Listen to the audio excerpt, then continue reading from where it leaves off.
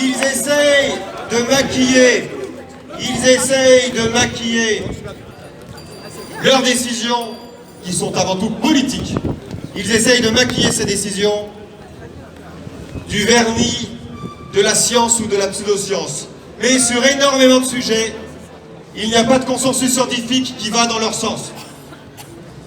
D'ailleurs, à propos de la communauté scientifique, de nombreux scientifiques sont d'accord pour dire que l'efficacité de mettre le masque à l'extérieur, et encore plus le fait d'obliger tout le monde bêtement à mettre le masque à l'extérieur, a des effets minimes, voire absolument nuls, et ils ne les imposent parce que c'est une décision politique. Dans cette sphère, et dans les sphères des personnes qui veulent réinformer le public, il y a des combattants courageux. Et nous avons aujourd'hui le plaisir d'entendre par la voix de Monique, qui habite dans l'Essonne, une lettre écrite par Louis Fouché et toute l'équipe de Réinfo Covid à Bruxelles.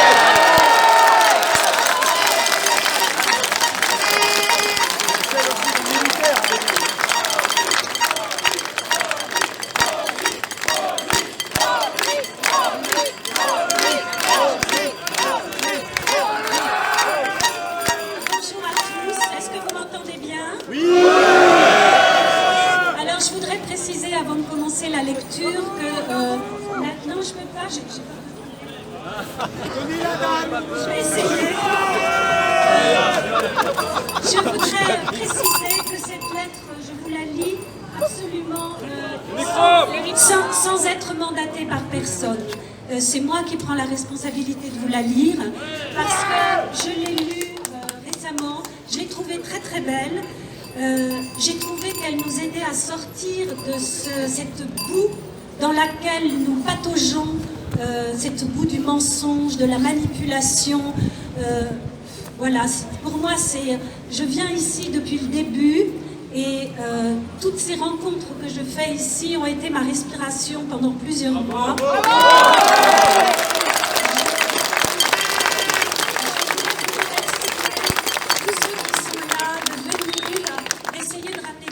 J'y arrive pas trop, mais bon. Voilà, ça viendra, j'espère. Et je voulais vous lire cette lettre parce que je trouve qu'elle nous aide à avoir une perspective différente sur cette boue, pour ne pas nous laisser pénétrer par cette boue, traîner dans cette boue et nous étouffer dans cette boue. Et cette lettre, écrite par Louis Fouché et son collectif Réinfo Covid, nous aide à prendre de la hauteur et aller plutôt vers l'esprit que vers la matière vers laquelle on veut nous entraîner. Voilà.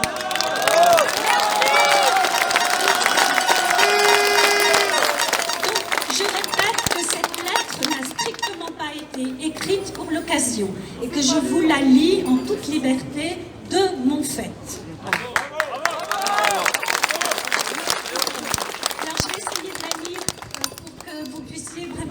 Ceux qui ne l'ont pas lu parce elle demande à être méditée. Toute l'équipe de Réinfo Covid adresse un grand merci à tous ces contradicteurs et au coronavirus. Oui, merci au coronavirus. Tout d'abord, chapeau bas à tous ceux qui ont réussi à transformer le coronavirus en crise sanitaire mondiale, en pandémie globale.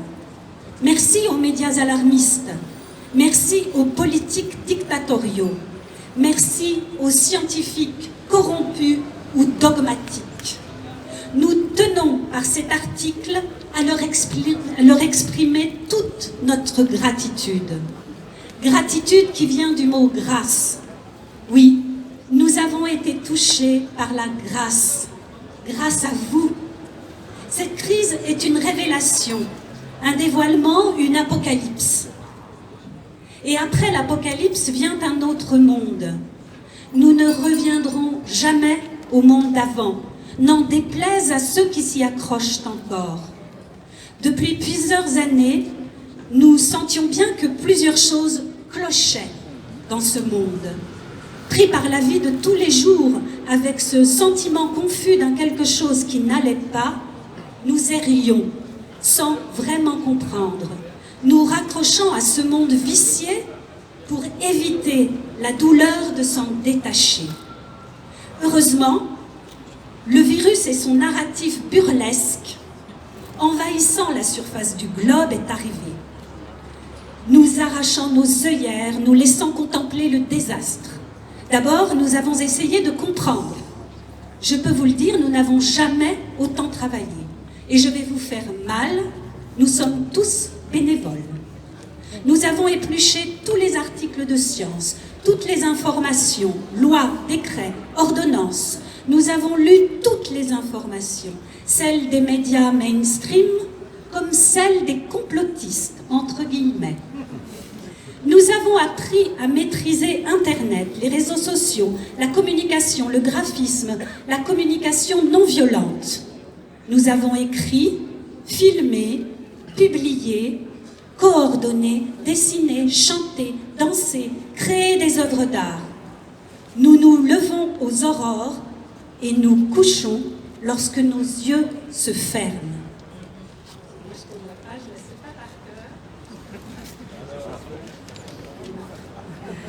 Vous vouliez nous appauvrir. Vous nous avez tant enrichis. Nos connaissances sont plus grandes. Nous nous sommes découverts de nouveaux talents. Nous avons repoussé nos limites. Plus que jamais, nous sommes emplis d'espoir, de courage et d'allégresse.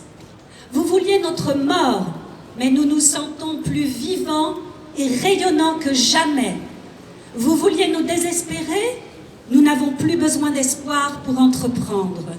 Grâce à vous, nous avons pu cerner ce que nous ne voulions pas. Nous ne voulons pas vivre masqués. Nous ne voulons pas. Nous ne voulons pas vivre en nous méfiant les uns des autres. Nous ne voulons pas vivre dans la culpabilité hypothétique de donner la mort à nos proches en transmettant un virus.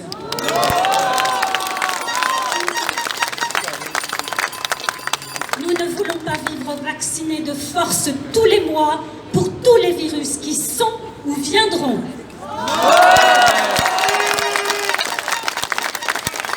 Nous ne voulons pas de passeport sanitaire, de reconnaissance.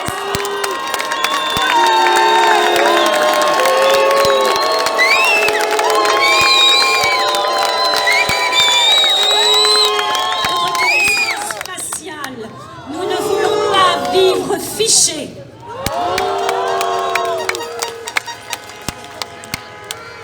Nous ne voulons pas être incarcérés dans nos domiciles.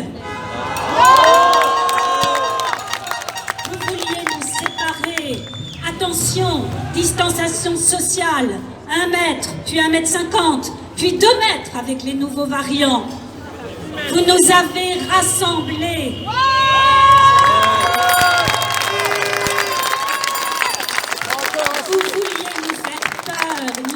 Sortis de la caverne, jouez tout seul avec vos ombres.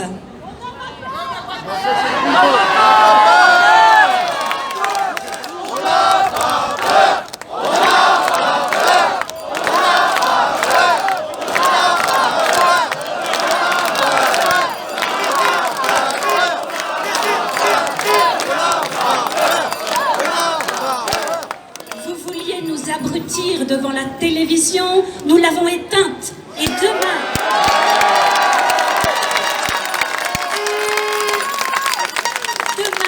nous jetterons devant nos seuils tous vos biens de consommation à l'obsolescence programmée. Vous vouliez nous imposer le passeport sanitaire, nous surveiller, nous reconnaître facialement, nous pucer peut-être. Nous avons faim de liberté. Nous avons faim de liberté. Liberté, liberté, liberté, liberté, liberté, liberté, liberté.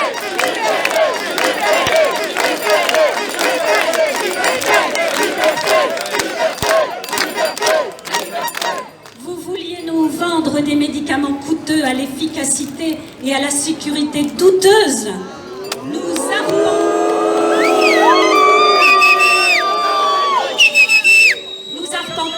nous arpentons d'autres chemins de santé.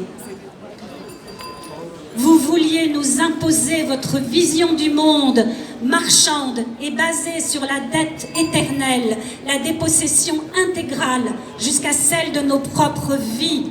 Nous posons les premières pierres d'un autre monde enthousiasmant, basé sur la gratitude, la joie et la présence à l'autre.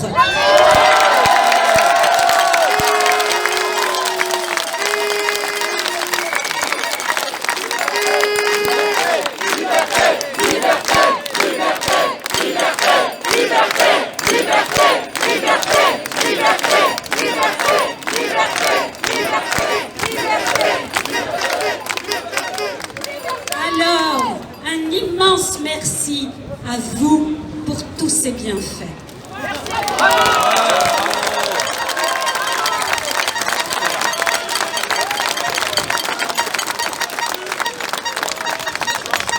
Monique, et pour toi, pas de regret.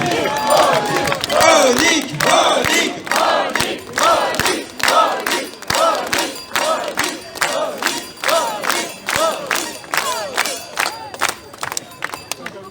Une lettre ô combien inspirante.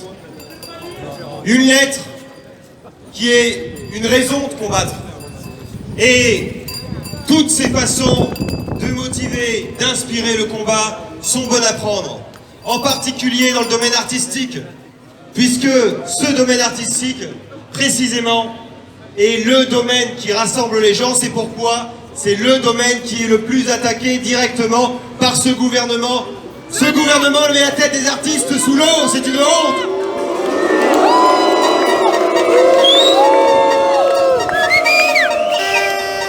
Ils veulent une société uberisée, où les grands profits vont seulement dans quelques mains et vont souvent dans les paradis fiscaux.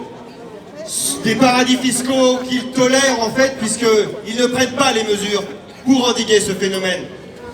Ils veulent que nous consommions la musique en streaming simplement, mais rien ne remplace des artistes, rien ne remplace le contact physique. Tous ensemble. Merci à toi.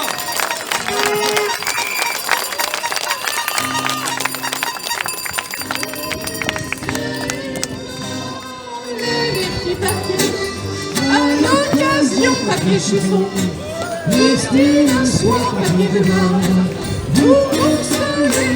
Laissez-la brûler les petits papiers, papier de l'hiver, un soir des petits pour réchauffer un peu d'amour, papier de l'eau et l'esthétique.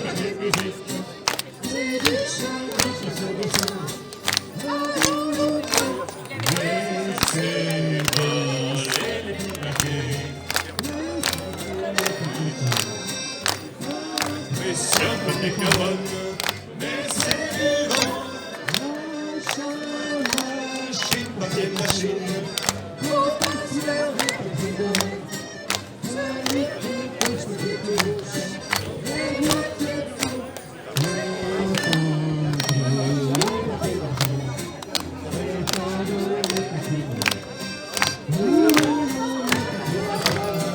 On applaudit tous ensemble.